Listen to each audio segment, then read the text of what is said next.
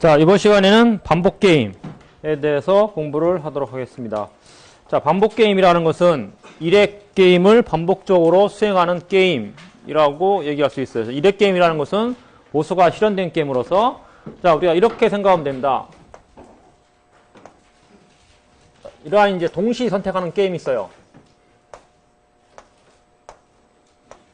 경기자 1하고 경기자 2가 있습니다. 자, 그래서 뭐 전략이 CD. 자, 이렇게 된다 그러면은, 자, 이러한 게임을 갖다가 한 번을 더 한다.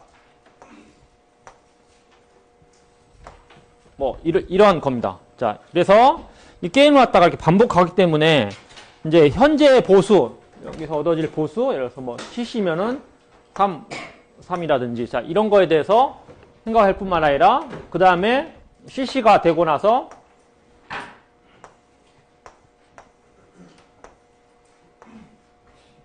또 두 번 할 경우에, 그래서 C, D, 그러니까 동일한 게임을 이렇게 반복하는 거예요. 서로 양쪽에서 C라는 게 협조하는 거고 D라는 게 배신하는 거라고 생각하면 되는데, 자, 그것을 갖다가 반복합니다. 동시에 CD를 선택하는 것을 결정해보고, 자, 그 다음에 끝난 다음에 또 한번 CD 선택하는 것을, 여기 똑같이 이제 뭐 3 이렇게 되고, 예를 들어서 여기가 4, 0, 0, 4, 그 다음에 뭐 1 이렇게 된다. 자, 이런 걸. 자, 그래서 이와 같은 경우 이제 예를 들어서 지금 이게 재수의 딜레마의 일종이거든요. 정확히 재수의 딜레마예요. 그렇죠? 실제 한 번만 게임을 하게 되면은 다 D 선택해서 일씩 얻습니다. 자, 그런데 이거를 반복하게 되면은 뭔 일이 벌어지는가 해서 보는 거예요. 반복 게임에서는. 혹시 예를 들어서 우리 CC로 하자. 3, 3을 얻자 했는데 한 번만 하게 되면은 분명히 경기자 1이 안 지켜져. 2도 똑같지만은 상대방이 C를 지킬 때 C를 선택하지 않고 D를 하면 4를 얻습니다. 그러니까 이것 때문에 둘 다 D 선택하고 나서 1씩 얻는 건데, 그런데 이걸 한 번 더 하면은 어떻게 될 것인가? 만약에 이 약속을 지켜주면은 무슨 보상이 따를 것인가? 아니면 배신하면은 거기에 대해서 무슨 보복이 갈 것인가? 자, 이런 것을 갖다가 다 고려하면은 혹시 반복 게임에서 이런 반복 게임을 하게 되면은 여기 이런 배신이 아니라 혹시 이런 협조 관계도 이루어지지 않는가에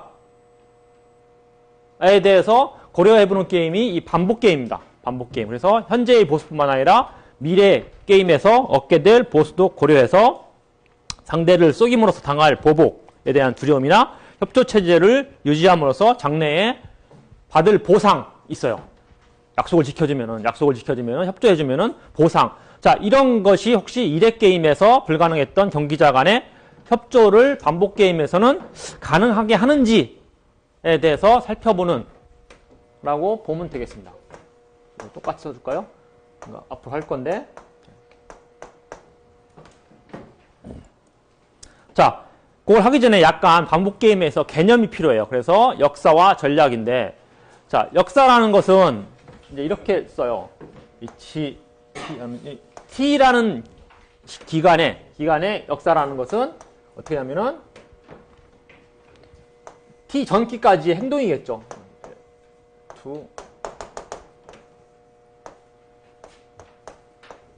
자, 이런 식으로 씁니다. 그래서 T기의 역사라는 것은 첫 번째 B로부터 T 앞에인 T-1기까지의 경기자들이 선택했던 행동들의 기록으로서, 자, 이렇게 T기에 있어서의 역사라고 우리가 설명을 합니다. 자, 그 다음에 그러면은 반복 게임에서 이 전략이라는 것은 첫 기에 선택됐던 행동 및 그 둘째 기후에 그 이전의 역사에 대응해서 행동하는가. 결국은 이 역사에 대응해서의 전략이에요. 그래서 만약에 지금 T기에 경기자 I의 전략을 하려면은 이 HT의 함수라고 보는 거죠. 자, 그래서 경기자 I의 전략, T기의 전략은 이렇게 된 것은 주어진 T기 역사 하에서, 그러니까 그 전까지 역사를 본 겁니다. 반복 게임에서 역사를 본 거에서 경기자 I가 T기에 취할 행동을 말해주는 함수를, 자, 이렇게 해서 반복 게임에서는 자, 이렇게 전략 함수가 그려지게 되죠.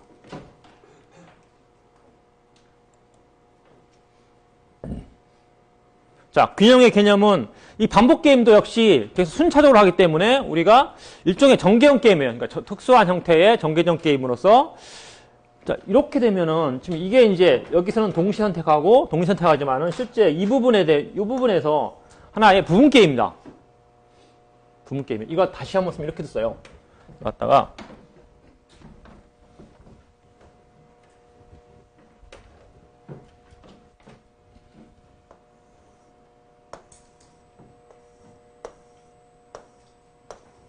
이 게임을 설명할 때 이렇게 여기가 1, 2, C, D, 그 다음에 C, D, C, D 이렇게 되고 그 다음에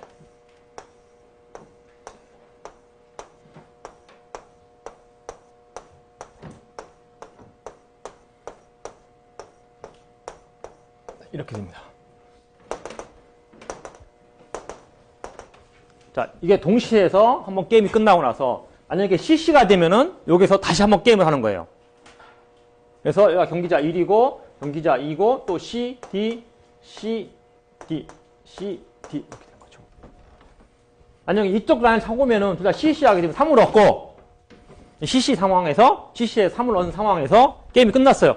그러고 나서 또 게임을 한번 해보는 거야. 그래서 또 CC를 했다 그러면 CC 돼가지고 해서 3, 3 해서 합해서 첫 번째 기에 3을 얻고 두 번째 기에 3을 얻는다 이렇게 식입니다. 자, 그렇기 때문에 이게 지금 반복 게임에서 T-1번째 게임의 역사가 뭔 사이가 알려져 있고 그럴 때 여기가 여기까지 내려갈 때 이게 부분 게임입니다. 하나의 부분 게임.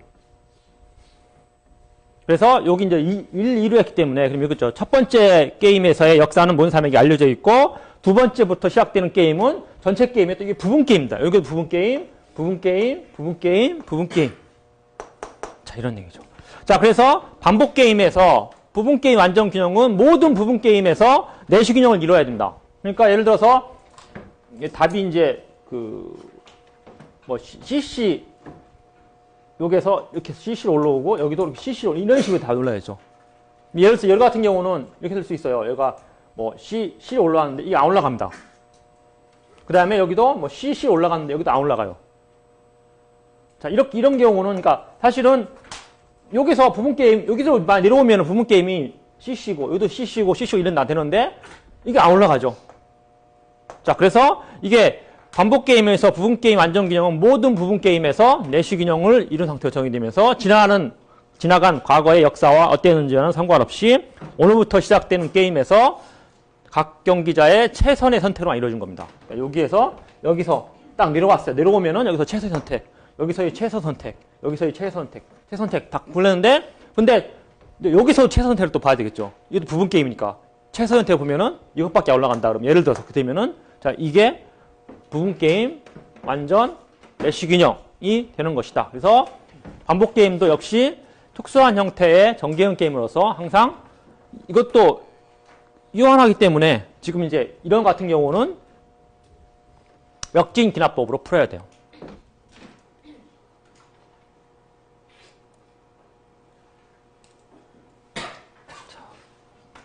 유한 반복 게임. 자, 반복 게임에는 유한 반복 게임과 무한 반복 게임이 있는데, 자, 경기자들이 주어진 게임 1회에 유한번 반복해서 참여합니다. 그래서 주어진 1회 게임을 갖다 G를 하려면은 T회 반복한다 그러면 이렇게 쓰면 돼요. 그냥.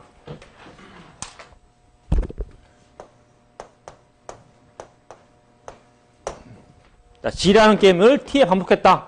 뭐 이런 얘기입니다. 그래서 GT라는 것은 경기자들이 T에 걸쳐서 1회 게임 G를 반복한다. 근데 여기서 이제 보수를 갖다가 지난 시간까지 협상을 할 때는 지금 이게 1기에 이루어졌고 2기에 이루어졌으면 2기에 이루어진 것은 현재 관점에서는 사실은 할인을 했어요. 근데 여기서는 이 교과서에서는 좀 복잡해서 할인하지 않고 산술평균. 그래서 경기자의 보수는 뛰기 동안 보수들의 산술평균, 그러니까 미래에 대한 보수에 할인을 하지 않습니다. 라고 이제 가정을 했네요.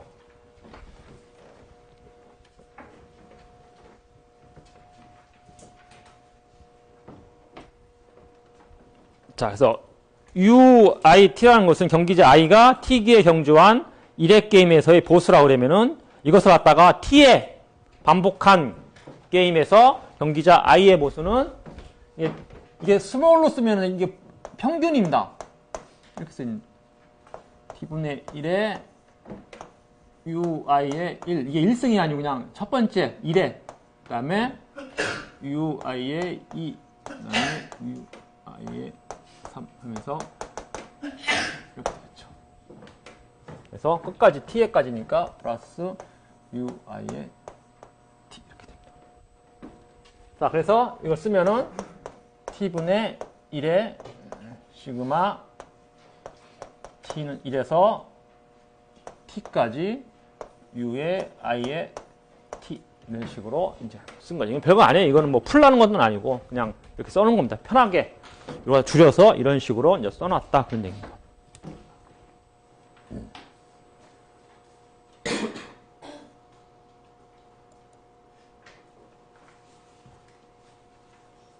자, 먼저 이제 우리가 재수의 딜레마 게임을 한 번 반복하는 게임을 해봅시다. 첫 번째, 자, 재수의 딜레마 게임을 2에 반복합니다. 자, 이게 2에 반복한 거예요. 자, 그러면은 지금 이게 완전 정보화에서의 사실 이제 순착 게임 첫 번째 선택을 GD 선택한 중에서 하나를 본 겁니다. 딱 보고 나서 그 다음에 2기에 굳이 선택하는 거예요. 그렇기 때문에 1기가 끝난 다음에 2기에 들어가기 전에 두 경기자 1은 뭘 선택했고 경기자 2는 뭘 선택했고 자 이걸 압니다. 그래서 완전 정보예요. 완전 정보에서 순착 게임으로 자 맨 마지막 역진 기납법으로 맨 마지막에서부터 시작해서 거슬러 올라가는 역진 기납법을 사용해서 부분 게임 완전 균형을 도출할 수가 있습니다. 자 그래서 지금 이제 첫 번째 끼가 무슨 일이 일어났던가 두 번째 끼 거슬러 올라가 두 번째 마지막 끼를 갖다 풀면은 지금 경기가 1기 끝났어요. 자, 2기에서 왔어요. 그러면은 둘 다 CD만 남았단 말이야. 그럼 끝이에요. D가 없단 말이야. 그러면 어떻게 되겠어요? 지금 이렇게 되겠죠? 자, 이렇게 되면서 두 번째 기에 이르면은 두 사람은 무조건 D를 선택하고 각각 1을 얻게 돼 있어요.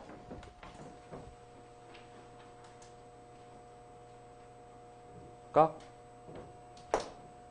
D를 선택하고 1을 얻게 됐습니다. 자, 그래서 1기에 무슨 일이 벌어지든 간에 2기에는 둘 다 D를 택하고 1을 얻을 것이다 라는 것을 미리 예측하는 거죠. 그러니까 이게 이제 사실은 시작은 위에서부터 하지만은 시작하기 전에 내가 이게 끝나면은 뒤에서 결과가 얻어졌고 결과 얻은 상태에서 2기에 이게 T는 1이고 T는 2다. 자, 2기에는 어떤 선택을 할 것인가 갖다 예측해 보는 거예요. 그러면은 1기가 끝나면은 이제 그게 끝이 마지막 기이기 때문에 두 사람은 무조건 D를 택하고 1을 얻을 것이라는 걸 압니다. 그렇죠? 자, 그래서 두 번째 기회 게임에서는 각 경기자는 강월 전략인 D를 선택하는 것이 최선이어서 과거 역사에 상관없이 D를 선택하는 것이 유일한 내시 균형 전략이다라는 것을 알게 됩니다. 자, 그러면 첫 번째는 어떻게 될까요? 이렇게 되는 걸 미리 예측해요. 예측하면은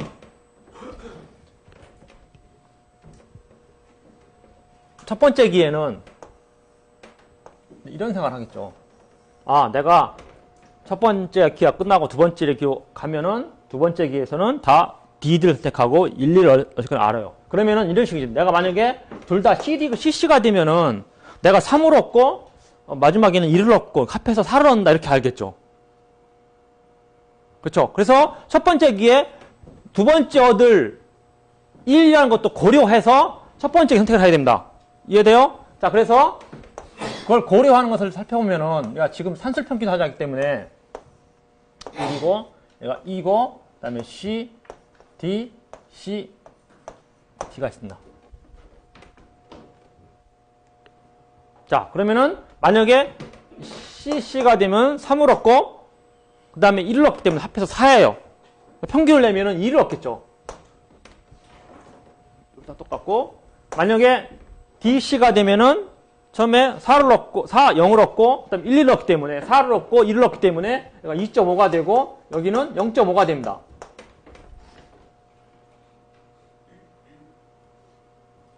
그렇죠? 자, 그다음에 이것도 반대가 되고 자, 그 다음에 둘 다 D, D가 되면은 1을 넣고 두 번째 기에도 1을 넣어요. 그러니까 평균 1, 2씩 왔습니다. 이렇게 되겠죠. 자, 그래서 두 개를 다 고려해서도 따져보니까 내가 첫 번째 얻을 보수하고 두 번째 얻을 보수를 산술 평균해서 따져보니까 그러니까 미리 좀 두 번째 얻을 일을 정해졌어요. 그것까지 고려해서 따져보니까 이렇게 되죠. 자, 이렇게 되면서 역시 첫 번째에도 D를 택해야 되겠다 라는 걸 알겠죠. 그래서 첫 번째에도 D를 택하고 물론 이때 얻는 보수는 자기 1을 얻어요. 평균 낸 거지만. 그래서 이렇게 1씩 얻는다는 거죠. 그 다음에 두 번째 게 가서도 둘 다 D를 택하고 1을 얻는다 하는 겁니다. 그래서 자, 여기서 보면은 첫 번째 기에 어떻게 생각을 하면은 첫 번째 기의 역사와 상관없이는 두 번째 기의 유일한 균형이 DD가 될 것이라는 것을 각경 기자가 알고, 그래서 각경 기자의 보수는 일씩 얻는 것을 예상합니다. 그래서 자, 첫 번째 기로부터 시작되는 2의 게임은 그림과 같은 지금 이렇게 나타난 게임과 동일하면서 요거 2의 반복 게임의 보수는 두 개에 걸친 산술평균이 되면은 결국은 경기자 1도 D를 택하고 경기자 2도 D를 택해서 두 경기자 모두 D를 택하고 평균 보수 1을 얻는 것이 유일한 내시 균형이 된다 하는 얘기입니다. 자, 그래서 요약. 자, 첫 번째 기의 역사가 무엇이 상관없이 두 번째 기의 유일한 내시 균형은 DD다. 자, 첫 번째 기에도 두 경기자가 모두 D를 택하는 것이 유일한 내시 균형으로서, 자, 부분 게임 완전 균형은 모든 부분 게임에서 내시 균형을 이뤄야 되기 때문에, 내시 균형이 전략적이기 때문에 결국은 첫 번째 기에도 DD, 두 번째 기에도 DD가 되니까, 그러면은 뭐냐면은 전략조합임으로 정의림으로, 자, 결국 2의 반복 공범자의 딜레마 게임에서, 제수의 딜레마 게임에서 유일한 내시 균형은 모든 기에 항상 D를 택하는 것이 균형이다 라는 겁니다. 자, 그 다음에 이거 갖다가 지금 이제 100회 반복하는 제수의 딜레마 게임 보면은 지금 100회 반복한다는 얘기는 이렇게 되는 거예요. 여기가 지금 두 번 할 때 1을 따랐으니까 사실은 지금은 두 번 할 때 두 번째 기를 분석했던 게 사실은 100회를 한다 그러면 이게 100번째 기입니다. 그리고 여기가 99번째였어요. 지금 논리에 의하면은 지금 역증이 납부를 거슬러 올라오면 100번째가 1을 D를 택한다는 걸 알아냈어요. 99번째도 D를 택한다는 걸 알아냈어요. 그러면은 98번째에 가서 생각을 하겠죠. 어떻게? 98번째에도 똑같아요. 98번째에도 여기 이렇게 똑같은 게 있겠죠. 여기가 T는 98번째기.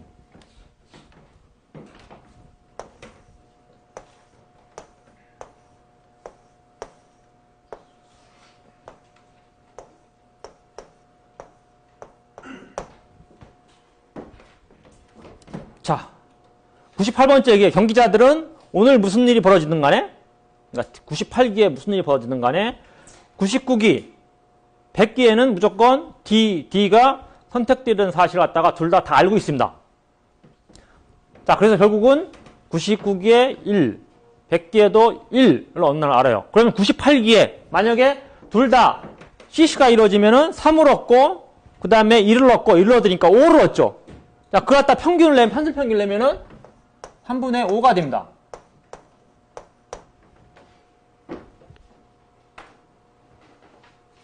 자, 그 다음에 D, C가 돼서 4, 0이 되면은 처음에 4를 얻고 그 다음에 1을 얻고 1을 얻으니까 얼마? 6이 되면서 2가 되죠. 자, 그 다음에 0을 얻고 1을 얻고 1을 얻으면은 3분의 2가 됩니다. 여기도 뒤집어지면은 3분의 2가 되고 얘가 2가 되고, 자, 첫 번째 98기에 1을 얻고 99개도 1을 얻고 100개도 1을 얻으면 평균으로 1을 얻겠죠. 98개 생각하기를. 그래서 이것도 균형을 구해보면은 이렇게 되면서 또 역시 98기에도 D를 택하고 각 경기자들은 1씩 얻어요.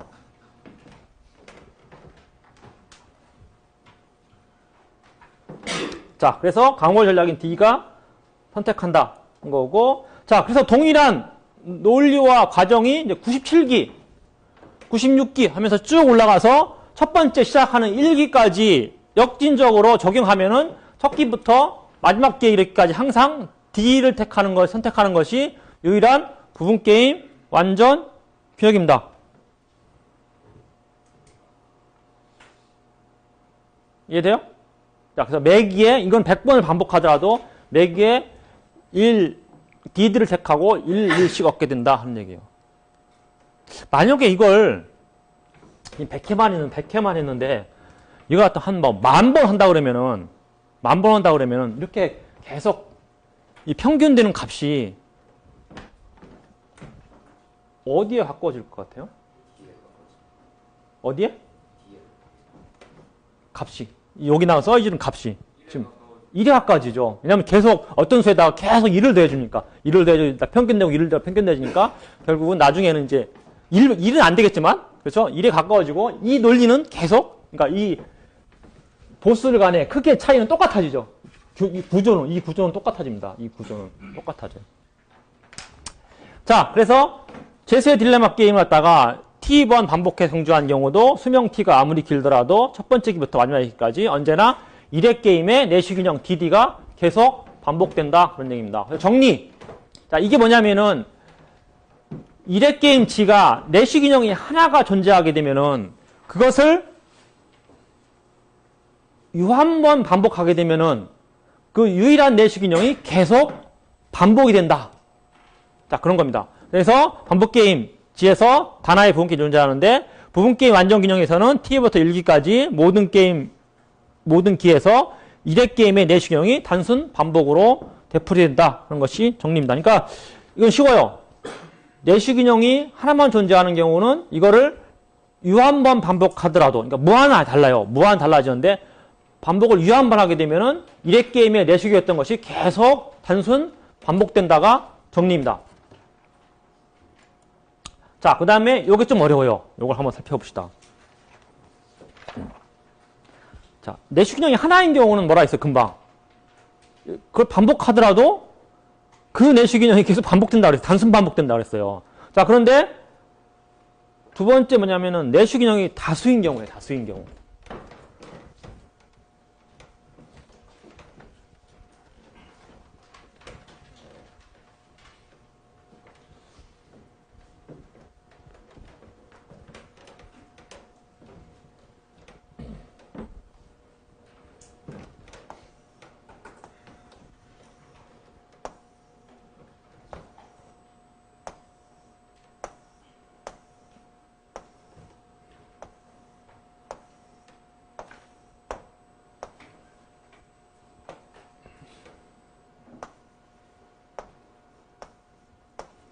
자, 업, 미들, 다운. 그 다음에 레프트, 미들, 스몰로 쓰고 구분하기 위해서 라이트. 그래서 여기가 5, 5, 0, 0, 0, 0, 여기가 3, 3, 그 다음에 6, 0, 0, 6, 0, 0, 0, 0, 1, 1. 자, 1회 반복할 때 순수 전략 내시균형을 구해보면은 자, 이렇게 되고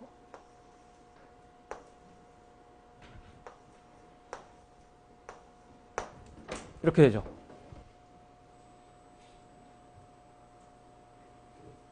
맞나요? 그래서 내시균형은 M, M, 그 다음에 D, R 두 개가 존재합니다. 자, 이거를 혼합전략 내시균형을 구하라면 어떻게 할 것 같아요?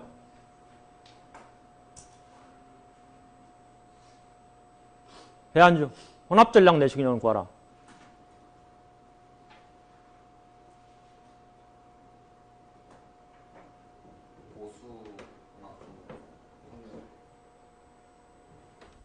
어떻게 해야 됩니까? 열등 전략을 먼저 제거해야 되겠죠. 열등 전략 경기자 1의 입장에서 U, M, D 중에서 어떤 거예요? 딱 보면은 딱 보면 보이잖아. U죠, U. 경기자 2도 L입니다. 이게 5, 6, 0, 0, 0, 1이기 때문에. 그렇죠. 이렇게 제거하고, 이거 제거하고, 나머지 MD하고 MR만 가지고 사실은 혼합 전략 내시균형을 구해야 돼요. 두 개 나왔잖아. 자, 이제 근데 지금 논의 단순하기 위해서 혼합 전략 내시균형을 뺐습니다. 빼버리고 순수 전략 내시균형만 가지고 해보면은, 자, 이걸 갖다가 2에 반복합니다. 자, 2에 반복. 자, 그래서 지금 경기자 1과 2는 전략형 게임 G를 갖다가 이 게임을 갖다가 2에 반복합니다. 그러면은 이것도 이렇게 되겠죠. 일단은 2에 반복하게 되면은 이 1회 게임의 내시균형, 자, 이게 그러니까 1회에서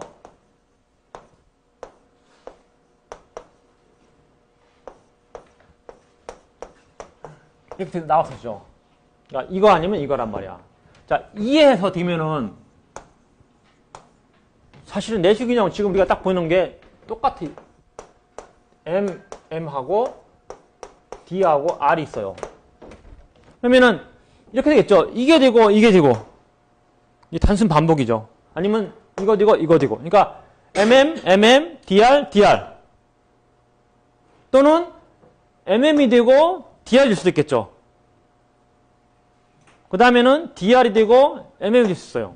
자, 이래서 일단은 1회 게임의 내시균형의 단순 반복 내지 조합이 반복 게임의 부분 게임 완전 균형을 띌 수 있습니다. 왜냐면은 자, 모든 기의 1회 게임의 내시균형이 선택되도록 예정돼 있어서 자, 여기에서는 서로 어떠한 시점에서 어떠한 경기자가 여기서 벗어날 일이 존재하지 않아요. 그러니까 MM, DR, 뭐 DR, MM, 뭐 DR 되더라도 거기서 상대방이 전략이 주었다 할 때 나는 벗어날 일이 존재하지 않습니다. 그래서 일단은 4개, 그러니까 4개가 2의 반복 게임의 부분 게임 완전 균형이 돼요. 자, 이렇게 돼서 각각의 평균 보수를 내면은 3, 2, 2, 1이 되겠죠. 자, 그래서 요게 잘못 쓴 건데 제가 전략조합 MM과 DR에 따로 쓰고 MM과 DR 이걸 써야 돼요. 이렇게 써놓고서 이거에 단순 반복 내지는 조합이 부분 게임 완전 균형이 된다. 일단은 자, 이렇게 써놓고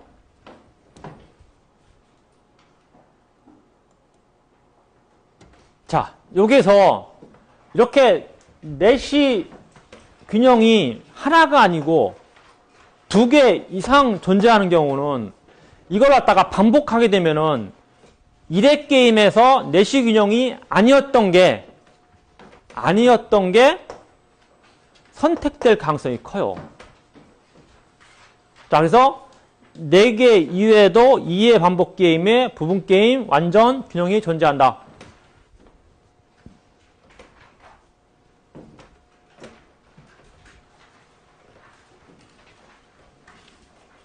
자, 제가 이렇게 할게요. 재밌게 하기 위해서.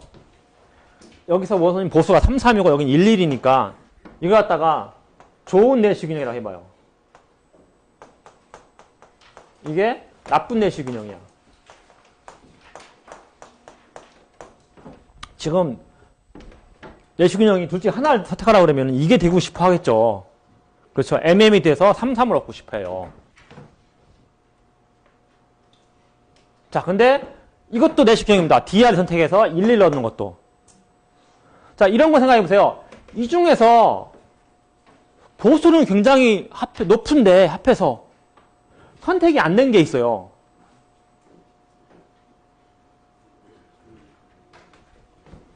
이거 UL, O를 얻는 거. 자, 이걸 어떻게 선택할 건가 한번 생각해 보세요. 자, 이렇게 해봅니다. 1기에 UL을 택하자고 생각합니다. 서로. 아니면 원래는 이제 만나서 얘기하는 건 아니지만은 생각하기 힘들면은 둘이 만나서 얘기한다고 생각해보세요. 둘이 만나서 야, 우리 UL 택하자.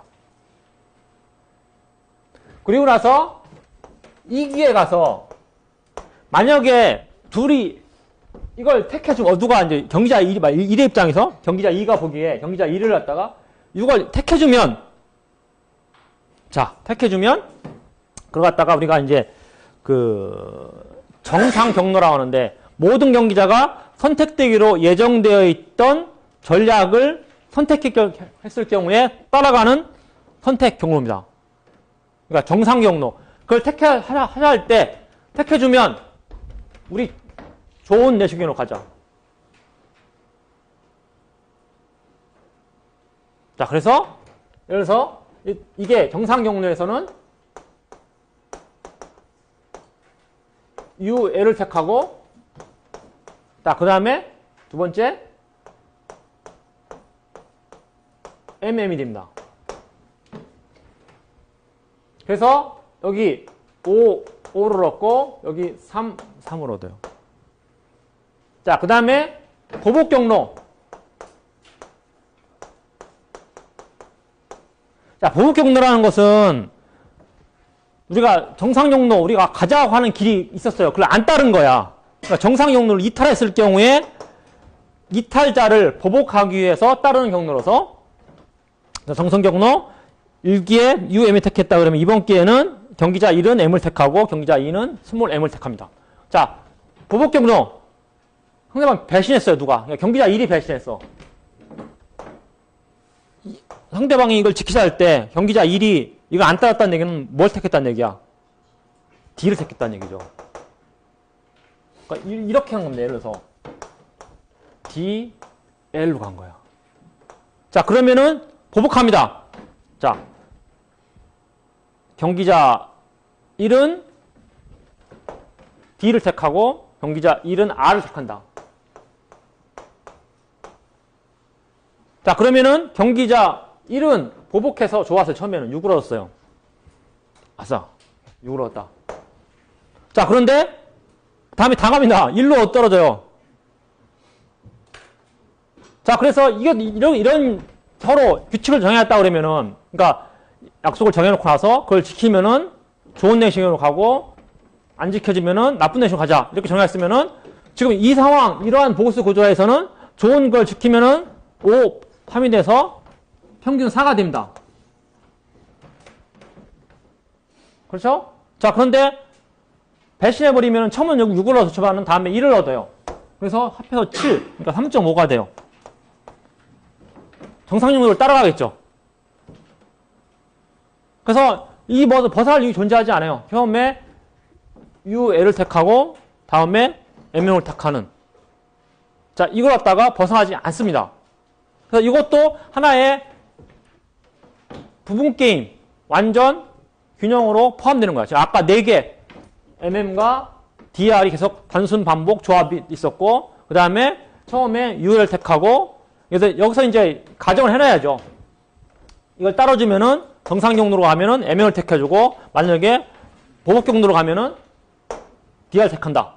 자, 그러면 여기서 경기자 1은 벗어날 일이 존재하지 않습니다. 물론 경기자 2도 벗어날 일이 존재하지 않아요. 자, 그래서 이와 같이 되면은 둘 다 UL 택하고 MM을 택합니다. 만약에 이게 이렇게 되면 될 것 같아요. 6이 아니고 8이야. 그럼 이 약속이 지켜집니까? 안 지켜집니까? 안 지켜져요. 여기가 8이 되기 때문에 합해서 9가 돼버립니다. 그 약속을 이 정상용로를 안 지켜지고 이렇게 하자 하는 걸 안 지키고 배신하고 그래 나 보복해. 나 1 얻을게. 왜냐면 이게 컸어요. 이게 배신했을 때의 보수가. 자, 이러면은 이 UL을 처음에 지키고 또 MM 가는 게 내시균형이 안 됩니다. 부분기 완전 내시균이 안 돼요. 자, 6 이렇게 적당히 돼야 되고, 만약에 이 약속이 그러니까 UL을 지키자는 것이 두 번째 기회에 성립할까요? 안 되죠. 왜? 두 번째 기회는 그래 알아서 약속해놓고 나서 말해놓고 나서 딱 왜냐면은 마지막 기니까. 자, 이렇게 해줄 수 있는 거는 마지막 기 전까지는 가능하죠. 만약에 두 번 한다 그러면 1, 2기에만 가는 겁니다. 1, 2기에만 가능한 것이다. 이게 약간 어렵죠, 사실은. 자, 그래서 지금 제가 설명했어요. 그래서 지금 이 설명에서 정상 경로의 보수가 보복 경로의 보수보다 크기 때문에 경기자 1은 정상 경로로부터 이탈할 이용이 존재하지 않고 경기자 2도 같은 논리를 적용합니다. 그래서 예정된 정상 경로로부터 어느 노고도 이탈할 이용이 존재하지 않으므로 자, 이것이 부분게임 완전 균형이 된다. 그래서 이렇게 내시균형이 2개 이상 존재하는 1회 게임을 갖다가 2회 반복하게 되면은 2회 반복하는 경우는 1회 게임에서 달성될 수 없던 보수, 그러니까 균형이겠죠, 사실은. 이 UL도 부분 게임 완전 균형으로 달성될 수 있다 하는 겁니다. 자, 그래서 이게 만약에 지금 2번만 했는데 이게 반복 게임의 수명이 T가 길어지면은 부분 게임 완전기에서 얻을 수 있는 보수 조합은 점점점 많아질 것이 추측할 수 있어요. 그래서 이거 갖다가 베노이트 크리슈나라는 사람이 1980년 정리했습니다. 자, 2개 이상의 내시균형을 갖는 전략형 게임을 T에 반복하는 게임을 상정하자. 자, 그럴 때 1회 게임의 내시균형에서 얻을 수 있는 최소한의 보수와 같거나 큰 어떠한 보수 조합도 수명 T가 충분히 길다면은 T에 반복하는 게임에서 부분 게임 완전 균형으로 달성할 수 있다. 이게 그러니까 왜 이게 그 뜻이에요. 여기 보면은 1회 게임의 내시균형에서 얻을 수 있는 최소한의 보수가 같거나 크다 할 때 지금 1회 게임에서 보수 이거 6, 그러니까 6이나 합해서 3, 3하고 1, 1이었어요. 그러니까 합해서 6이고 1이었단 말이야. 그거보다 큰 거 5 이런 게 만약에 반복을 하게 되면은 이게 부분 게임 완전 균형으로 편입될 수가 있다는 겁니다. 만약에 이것도 전제 조건이 뭐냐면은 균형이 이렇게 2개가 있어야 돼요. 만약에 내시균형이 하나만 존재한다 그러면은 의미가 없어요. 무조건 그 하나인 내시균형이 계속 횟수를 반복하더라도 그 부분 게임 완전 균형에서 매해 채택되는 거지만은 만약에 이렇게 2개가 존재하는 경우는 1회 게임에서 내시균형이 아니었던 것도 부분 게임 완전 균형으로 확립될 수가 있다 하는 겁니다. 자, 다음에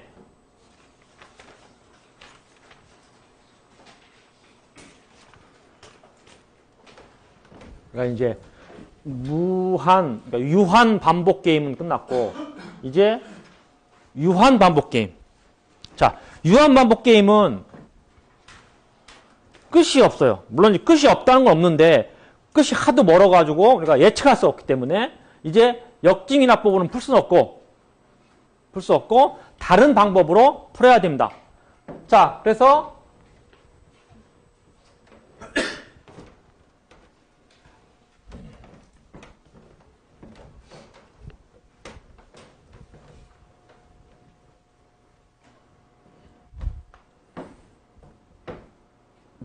만약에 1기에 U1을 얻고 2기에 U2를 얻고 3기에 U3를 얻고 이렇게 한다고 해보세요.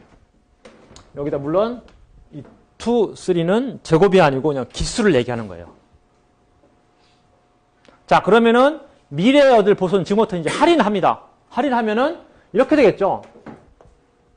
앞에다가 델타를 곱해줘야 되고 그 다음에 3기에는 델타 제곱 이렇게 해서 곱해줘야 돼요. 그래서 이거의 현재 가치, 현재 관점에서 가치를 보면 이렇게 되겠죠. 현재 가치는 그러니까 현재 얻을 보수는 현재지만은 다음 기에 얻을 보수는 현재 가치 관점에서 보면은 할인을 해줘야 돼요. 그래서 현재 가치를 계산하게 해서 그러면은 미래에 이렇게 1기에는 이만큼 얻고 2기에는 U2를 얻고 3기에는 U3를 얻고 쭉 얻는단 말이야. 그러면 현재 가치 관점에서 환산하게 되면은 다 미래 얻을 보수들은 환산을 해줘야 됩니다. 맞죠? 할인해줘야 돼, 할인. 할인해서 계산하게 되면은 이게 어떻게 됩니까? 그죠? 이게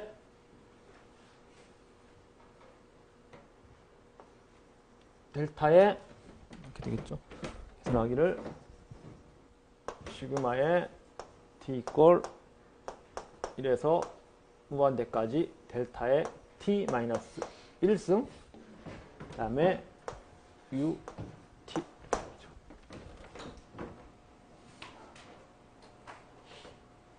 이거는 뭐 계산식이 아니고, 계산을 한 게 아니고, 그냥 표현을 갖다가 이 방법을 이렇게 쓴 거예요. 이걸 계산한 게 아니에요. 그렇죠? 그래서 보세요. 여기 1기, t에 1로면은 델타 0승이니까 1이 돼버리죠. 그냥 u, y이 돼버리죠. 그렇죠? 그 다음에 플러스, 그 다음에 두 번째 기는 2-1승이니까 델타가 되고, 그 다음에 u에 2. 그러니까 제곱이 아니고 2기라는 뜻입니다. 자, 이런 식으로 됩니다. 자, 이게 현재 가치인데, 자, 우리가 이제 해둘 게 뭐가 있냐면은, 평균 할인 보수에 대한 개념을 알아야 돼요. 이게 스몰 v라는데, 이거의 평균은 어떻게 할 건가? 이거의 평균. 우리가 보통 평균 낼 때 어떻게 합니까? 평균 낼 때 나눠요. 근데 그 평균은 사실은 이제 그냥 단순하게 뭐 3 이렇게 막 더해서 한 10번을 더했어요. 그러면 합해서 30이죠. 예를 들어서. 그러면은 우리가 이런 걸 하고 싶은 거야. 물론 이제 3 더했으면은 매번 얼마씩 됐다는 걸 아는데 그냥 30을 얻었어요. 그러면은 10번 더해 30을 얻었다 그럴 때 우리가 그러면은 매번 얼마씩 더했나를 알고 싶어요. 그러면 나누기 30 나누기 10 해서 3으로 얻습니다. 그렇죠? 이해돼요? 이렇게 했는데 만약에 이것도 나는 매기 3씩 얻어요.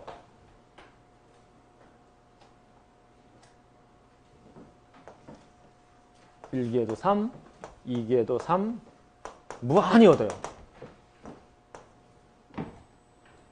그래서 이걸 갖다가 현재 가치를 환산했습니다. 델타 곱하고 델타 제곱하고 이렇게 했어요. 그래서 뭐 계산하겠죠. 그러면은 이 v 값은 얼마가 되냐면은 1 마이너스 델타에 3이 됩니다. 무한급수를 따지면. 맞죠? 맞죠? 자, 그런데 지금 내가 알고 싶은 게 이거야. 매 기에 얼마씩 얻었나? 매 기에. 할인하지 않고 매 기에 얼마씩 얻었냐? 그러면 사실은 얼마씩 얻었어요, 여기서? 3씩 얻었죠, 3씩.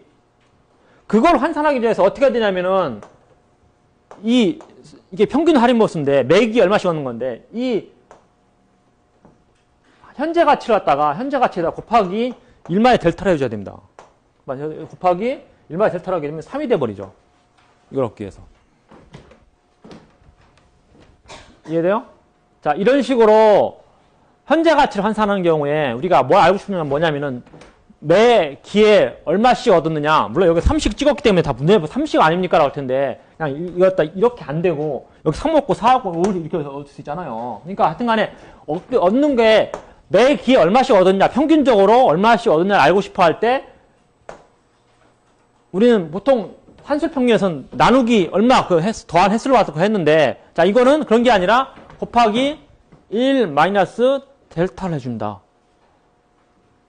이 논리에 의해서 지금 이렇게 보니까 이게 그냥 현재 가치만 계산하면은 1 마이너스 델타분의 3이에요. 근데 우리가 3씩 얻었다는 걸 알고 싶어요. 곱하기 1 마이너스 델타를 해줘야 됩니다. 자, 그래서 지금 여기죠. 평균 할인 보수는 1 마이너스 델타의 v가 돼서 1 마이너스 델타의 시그마 t에서 1까지 1에서 무한대까지 t의 델타의 t-1승 u의 t 이렇게 바꿀 수가 있습니다. 자, 그리고 이거를 갖다가 이제 풀어보면은 그러면은 이렇게 되겠죠. 평균 할인 보수는 1 마이너스 델타의 u의 1 플러스 델타의 u2 플러스 델타 제곱의 u3 하면서 이렇게 돼요. 그러고 나서 이거를 좀 이렇게 씁시다. u1의 함수고 u2의 함수고 u3의 함수고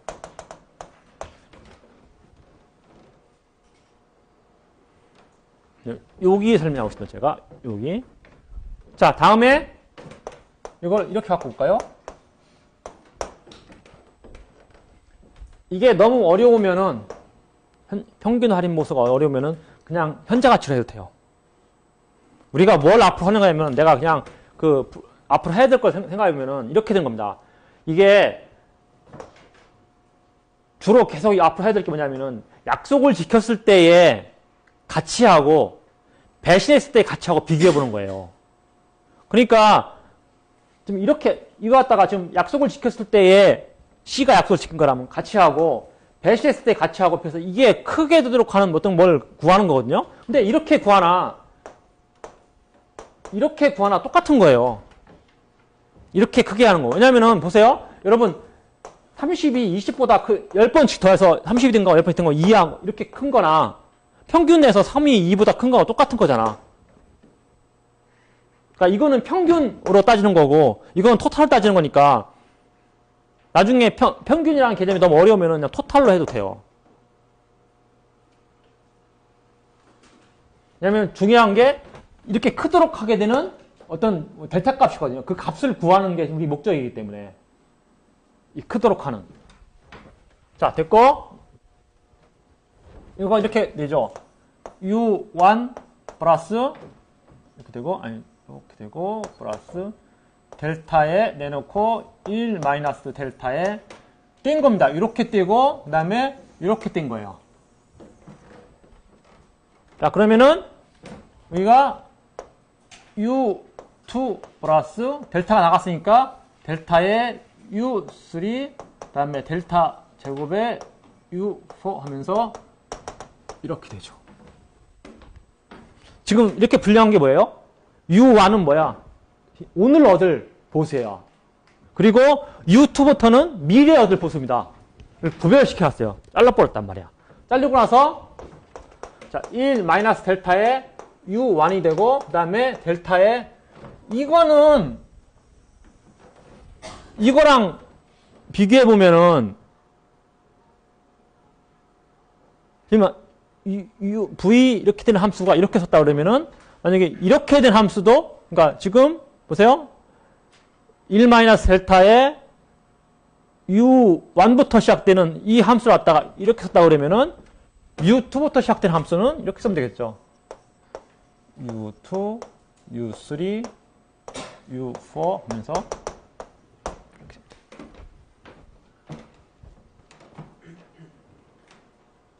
맞죠? 쓰는 방식이 그냥 어려운 거 아니에요. 이거는 시작이 U1부터 시작되는 거고 이건 U2부터 시작되는 거예요. 결국은 이게 뭐냐면은 이 U1이라는 것은 오늘 얻을 보수, 현재 얻을 보수. 그 다음에 이거는 뭐야? 미래 얻을 보수입니다. 미래 얻을 보수의 한계가 현재 할인 보수야. 현재 할인 보수. 그러니까 지금 우리가 살펴볼 게 뭐냐면은 이거하고 이겁니다. 그러니까 결국은 U1은 평균 할인 보수 생각할 필요 없어요. 그냥 그 값이란 말이야. 그래서 현재 얻을 보수에다가는 가중치를 1 마이너스 델타를 주고 미래 얻을 보수에다가는 가중치를 델타를 준다 이 뜻입니다. 그러니까 이게 1 마이너스 델타를 갖다가 이렇게 바꾸는 게 어려우면 이제 이걸로 하라 했는데 이렇게 하는 게 좋은 이유가 뭐냐면은 경제학적인 의미가 살 수 있어요. 경제학적인 의미. 이렇게 보세요. 현재에 대한 가중치를 1 마이너스 델타를 두고 미래에 대한 가중치를 델타를 넣었다. 이런 얘기입니다. 자, 그래서 오늘부터 시작되는 반복 게임의 평균 할인 보수는 오늘 당장 얻는 보수 U1과 내일 T2기부터 시작되는 반복 게임의 평균 할인 보수의 가중 평균치다. 앞에다가는 가중치를 1 마이너스 델타를 주고 뒤에다가는 델타 줍니다. 자, 그래서 오늘 당장 얻는 보수 U1에 대해서 가중치가 1 마이너스 델타고 내일부터 시작되는 반복 게임의 평균 할인 보수에 주어지는 가중치는 델타가 됩니다. 자, 그래서 이 델타라는 얘기는 이 사람이 미래지향적인 성향이라든지 인내력, 경기자 인내력을 갖다가 알려주는 지표로서 자, 경기자의 할인자가 클수록 그러니까 경기자가 미래를 현재 못지않게 중요시하게 생각할수록 현재의 보수, 그러니까 오늘의 보수 U 안에 주어지는 가중치는 작아지고 그 다음에 내일 이후 미래의 보수에 주어지는 가중치는 커집니다. 그러니까 이 델타가 클수록 미래에 주어진 가중치는 커지고 현재의 가중치는 작아집니다. 자, 극단 생각해 볼까요? 극단. 델타가 거의 0에 가까워.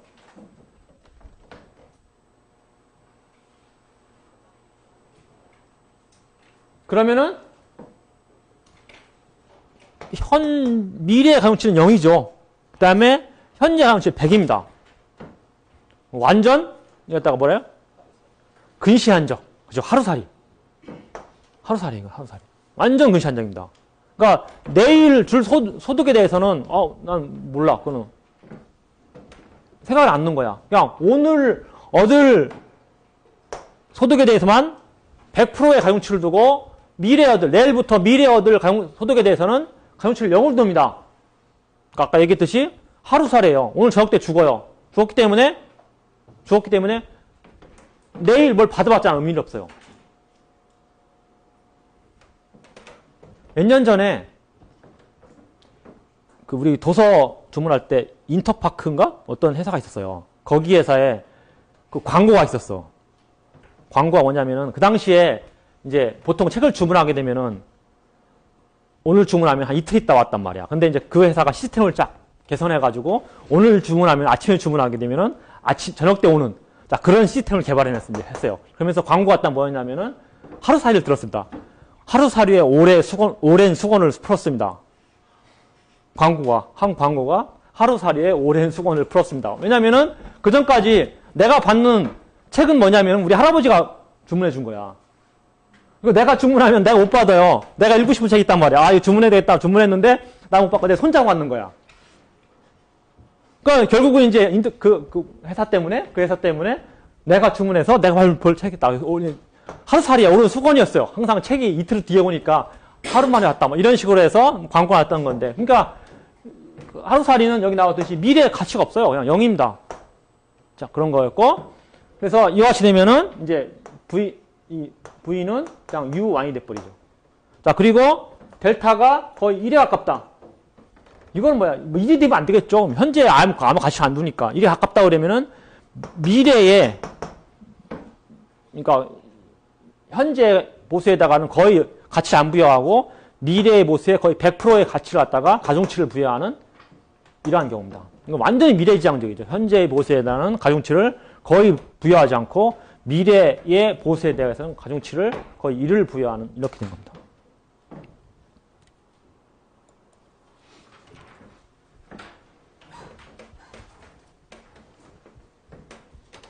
그래서 일반적으로 이 델타의 크기가 뭐 0과 어디 있어요? 1 사이에 있어요. 자, 그런데 이 델타의 크기를 갖다가 저번 시간에 한번 얘기했었는데 어떻게 사냐면은 1 플러스 R분의 1이죠. 이거 저번에 얘기했었죠. 제가 10,000원 가지고 여러분한테 물어보면서 얘기했었어요. 협상 얘기할 때. 자, 그러면은 델타가 0과 1 사이에 있으려면은 R이 어떻게 해야 돼요? R이 0보다 커야 됩니다. 커야 돼요. 0보다 커야 됩니다. 보통 이제 R을 갖다가 보통 이제 이게 심리학적인 건데 우리가 보통 이제 시장 이자로 대체를 하죠. 시장 이자를 대체하면은 이 시장 이자가 0보다 커야 돼요. 큽니다.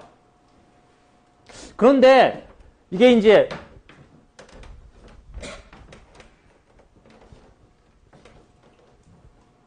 델타가 0과 1 사이에 있으면은 여러분 이제 그거죠. 지금 내가 10,000원을 줄까? 1년 후에 10,000원을 줄까?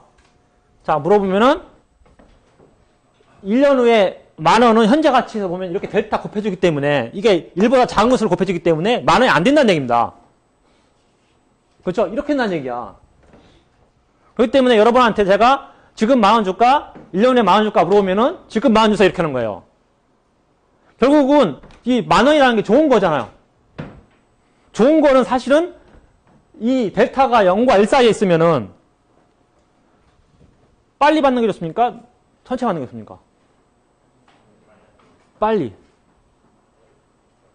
그렇죠. 내가 돈 받는 거 좋아하잖아. 그러면 돈을 주겠다 할 때 지금 줄까? 1년에 줄까? 딱 그러면은 빨리 주세요. 자, 그러면은 반대 논리를 하면은 나쁜 것은 빨리 받는 게 좋은 거예요? 천천히 받는 게 좋은 거예요? 천천히 받는 게 좋은 거예요. 자, 그런데 그 행동경제학에서 보면은 이 델타가 0과 1 사이가 아니라 델타가 1보다 큰 경우가 있습니다. 델타가 1보다 크려면 어떻게 해야 돼? R은 0보다 자꾸 사실은 이제 마이너스 1보다는 커야 되겠죠. 이게. 그렇죠. 근데 이거는 보통 이제 따지지 않고 이렇게 되면은 이 사이에 있을 수도 있어요. 이게 사람들의 행동을 분석해 보니까 행동을 갖다가 물어보니까 이렇게 되란 말이야. 델타가. 그러면은 이제 이렇게 되는 거죠. 만약에 델타가 1보다 큰 사람은 지금 10,000원 줄까? 1년에 10,000원 줄까? 그러면은 1년 후에 어떻게 달라겠다는 이런 사람이 있었다는 얘기입니다. 시험을 해보니까 사람들한테. 그러니까 돈을 달라고 그러면은 지금 바로 주세요 이렇게 하는데 이게 어떤 경우냐면은 어떤 좋은 것을 그러니까 지금 같은 경우 이게 0과 1 사이면은 좋은 것은 지금 바로 달라고 그러고 그다음에 나쁜 것은 나중에 하겠다 이런 식이었어요. 그런데 만약에 델타가 1보다 크면은 좋은 것은 나중에 나쁜 것은 처음에 이렇게 됩니다. 이게 어떤 경우냐면은 그 실험에서 그런 게 나와요. 뭐 유명한 뭐 연예인 자기가 좋아하는 연예인하고 점심 식사를 하게 돼 있어요. 자, 이거 갖다가 사람들한테 물어보니까 좋은 거면 사실 지금 하겠다 딱 해야 한단 말이야. 근데 사람들이 실제 보니까 지금이 아니라 조금 더 있다, 한 일주일 있다 하겠다 이런 식으로 말했다는 거야. 물어보니까. 여러분 그런 게 있어요. 가끔가다 보면은 좋은 거를 빨리 안 하고 좀 놔둡니다. 그러니까 모든 게 그런 게 아닌데 좋은 것은 바로 안 하고 오히려 그 할 생각에 기쁨에 잠겨서 좀 이따 하는 거야. 그런 게 있어요. 그런 심리가 있다는 얘기입니다. 그러니까 이게 정설인데 어느 행동은 델타가 1보다 큰 좋은 것은 조금 나중에 하려고 하는 자 그런 거 갖다가